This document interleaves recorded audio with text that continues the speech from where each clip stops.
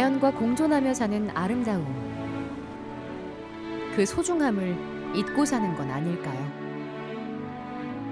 정겨운 제잘거림, 사람들의 닫혀버린 그 일. 새들은 외로운 사투를 벌이고 있습니다. 희망의 씨앗, 제비복원 프로젝트 세 번째 이야기가 시작됩니다. 산 좋고 물도 좋다. 그리고 인심까지 좋았다는 부산 정관.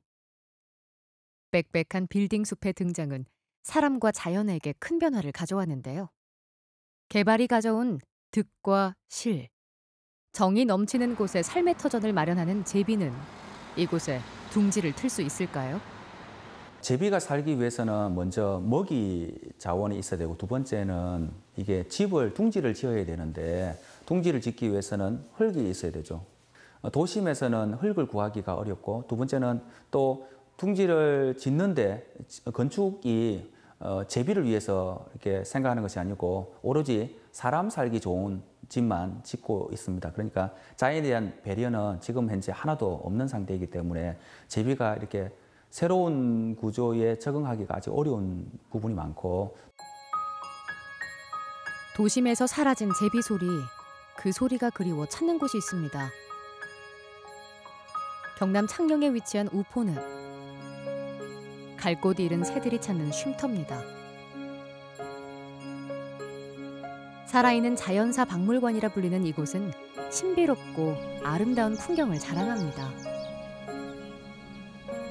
몽환적인 분위기의 물 안개는 생명에 대한 경외감마저 느끼게 만드는데요.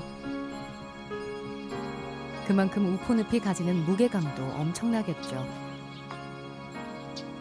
사람들의 발길이 뜸해지면서 자연은, 생명은 애정 어린 관심을 기다리고 있습니다.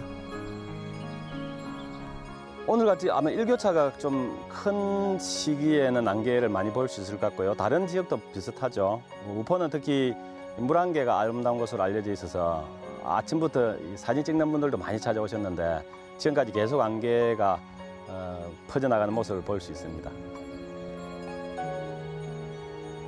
제비 소리, 새 소리에 귀 기울일 수 있는 곳.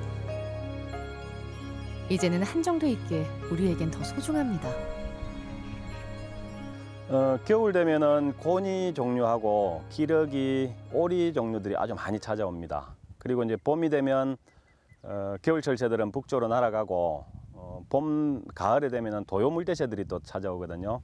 도요물대새들도 많이 볼 수 있고, 또 여름이 다가오면은 꾀꼬리라든지 파랑새, 흰눈썹 황금새 이런 여름을 나는 철새들이 또 찾아오는 모습을 볼 수 있습니다. 더 큰 문제는 이곳 새들의 개체수도 줄고 있다는 겁니다.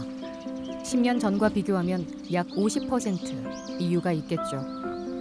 새들은 가장 중요한 게 먹이를 찾는 거죠. 먹이 찾을 수 있는 곳이 늪 주변에서 많이 볼 수 있으니까 늪을 많이 찾고, 둥지는, 제비 같은 경우는 둥지는 그 사람들 사는 곳에 둥지를 틉니다.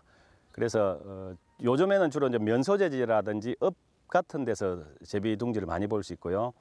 옛날처럼 아주 시골 같은 경우에는 할머니, 할아버지들만 사는 경우가 많아서 제비 둥지를 관찰하기가 좀 어렵습니다. 제비에게 가장 중요한 먹잇감과 쉼터. 이를 해결하기 위한 바람이 서서히 불고 있습니다. 닿을 거고, 삼당진에 아까 한번 둘러봤는데 제비 많지요? 네.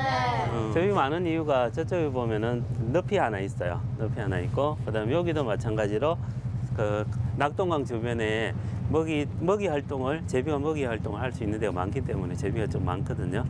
그래서 오늘은 제비 둥지 아까 만들기 시작하는 그곳을 관찰 카메라를 설치할 겁니다. 알겠죠? 네, 갑시다.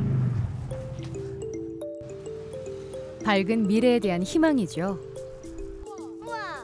우리 아이들에게 자연에 대한 관심, 행운의 박씨, 희망의 씨앗을 심는 겁니다. 제비 금방 날아 나왔지? 네. 저기도 마찬가지 둥지가 떨어져서 새로 둥지를 짓고 있어요. 아, 진짜요? 동화 속에서 듣고 보던 제비. 가까이에서 보는 것만으로도 신기한데요. 자, 여기가 둥지를 짓고 있는 데입니다. 지금은 없죠? 네, 너무 가까이 가면은 제비가 싫어할 수도 있으니까. 자, 여기 집 안에다가 관찰 카메라를 설치할 겁니다. 아이들을 사랑하기에 자연을 사랑할 수밖에 없는 김철록 선생님. 오늘 뜻밖의 수확을 거두는데요. 제비가 둥지를 짓는 모습, 작은 생명의 위대함을 목격한 겁니다. 뭐 먹는 거지? 먹는 게 아니라 뭐 그걸로 나오는 것 같은데. 진흙을 물고 와서 토해 놓는 거야. 잘 봐봐. 지금 저기 새 둥지 만드는 거예요? 그렇죠. 그래, 저기 아기 낳고. 아이들 눈엔 모든 과정이 새로운 것 같죠? 뭔가 신기하고 제비가 이렇게 하나하나 짓는 게 되게 뭔가 느낌이 오고 되게 제비가 이렇게 잘 할 수 있는지 이렇게 느낌도 오고 뭔가 좋아요.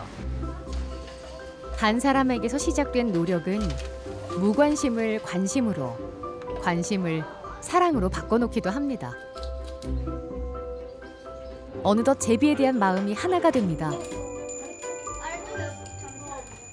학생들이 제비가 태어나서 자라는 과정을 이제 쉽게 볼 수 있도록, 우리 사실 야생동물인 새를 가까이서 볼 수 있는 기회가 없는데 이렇게 자라는 모습들을 직접적으로 볼 수 있도록 하는 그런 방법으로 CCTV를 설치를 했습니다.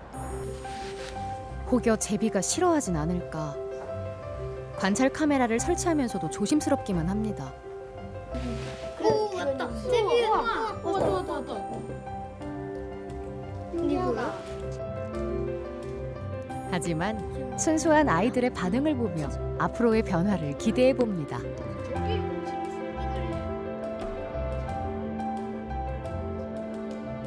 제비가 둥지 짓는 걸 한 번도 못 봤었는데 보니까 되게 신기해요.